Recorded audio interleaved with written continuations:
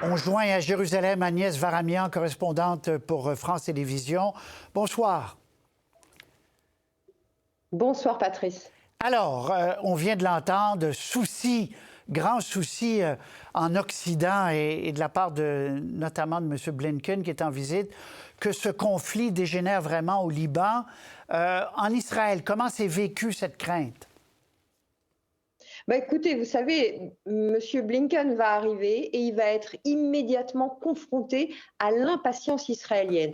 On aurait pu croire, il y a une dizaine de jours, que le risque d'élargissement du conflit viendrait du Hezbollah. On a compris, après avoir entendu le chef du Hezbollah, Nasrallah, dire que finalement, il n'allait pas ouvrir une guerre totale avec Israël, que effectivement la menace ne viendrait pas de là. Mais maintenant, ce sont les Israéliens qui vraiment se disent et répètent au monde entier, il est urgent de trouver une solution diplomatique pour le Liban. Il faut que le Hezbollah se retire. Nous avons 80 000 Israéliens qui ont dû quitter cette frontière. Elle doit être sécurisée. Et donc, c'est cette colère-là, cette impatience, cette Israël qui bouillonne à laquelle Blinken va devoir faire face. Et il va falloir qu'il calme les ardeurs israéliennes maintenant. Et on a l'impression, Mme Varamian, que c'est la même logique que pour Gaza. Israël est dans le plus jamais. Donc, on ne veut plus vivre avec des frontières dangereuses. On ne veut plus vivre avec des menaces, que ce soit vis-à-vis Gaza ou que ce soit vis-à-vis le Liban, là. Tout à fait, Patrice. Souvenez-vous que tout début de la guerre, le ministre de la Défense israélien avait même tenté de convaincre Netanyahou d'intervenir sur les deux fronts à la fois, c'est-à-dire à Gaza et au Liban, en disant il faut en finir immédiatement avec les menaces autour d'Israël, il faut desserrer en quelque sorte l'étau. Et il en avait été dissuadé par les Américains. Donc cette fois, c'est un peu la même logique qui prévaut. D'abord, il y a aussi une pression de la population israélienne. Vous imaginez, ceux qui vivent au nord, ils disent mais attendez, monsieur Netanyahou, vous avez fait ça pour les habitants du sud, maintenant à notre tour. Et effectivement, la grande crainte des États-Unis, c'est que si on laisse Israël attaquer le Sud-Liban, eh bien là, il y aura un embrasement dans la région et c'est effectivement extrêmement dangereux. Parlons de la suite à Gaza. Comment Netanyahou manœuvre dans tout ça? À quel point il y a des divisions au sein de ce gouvernement? Parce que là, à Gaza, il n'y a pas de solution de rechange, là. Si jamais le Hamas est ou disparaît pour un temps, peu importe, qui va prendre le pouvoir là-bas? Je souligne qu'il y a 24 000 morts jusqu'ici. La guerre a changé de visage un peu, mais elle se poursuit, là.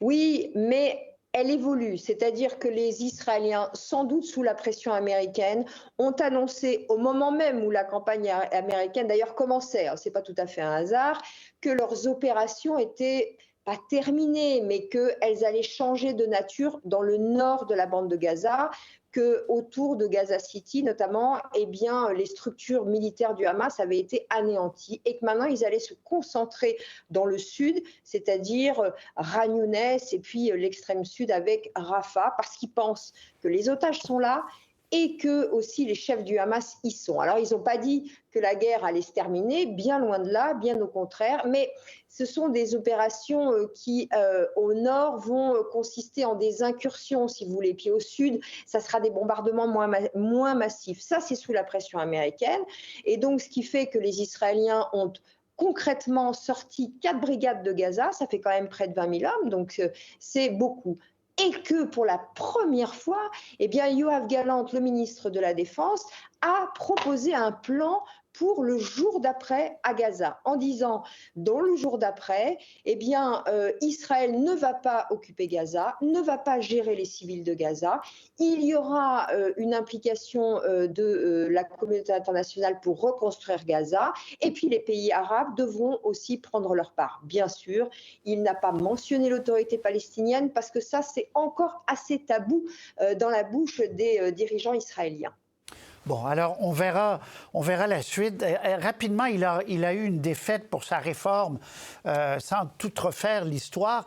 comment se porte-t-il en ce début 2024, Netanyahou? Est-il affaibli encore plus ou il arrive à manœuvrer encore assez bien? Il manœuvre, mais clairement, moi qui parle quand même à beaucoup d'Israéliens tous les jours, il est discrédité.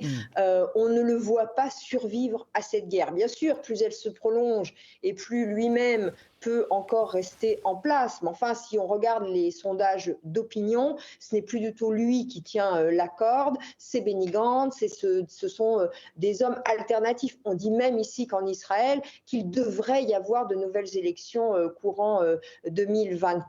Bon. On ne peut pas imaginer un instant que Netanyahou survive à ce séisme qu'a représenté le 7 octobre. Agnès Varamian, merci beaucoup de nous avoir parlé en direct de Jérusalem. Merci à vous. Au revoir.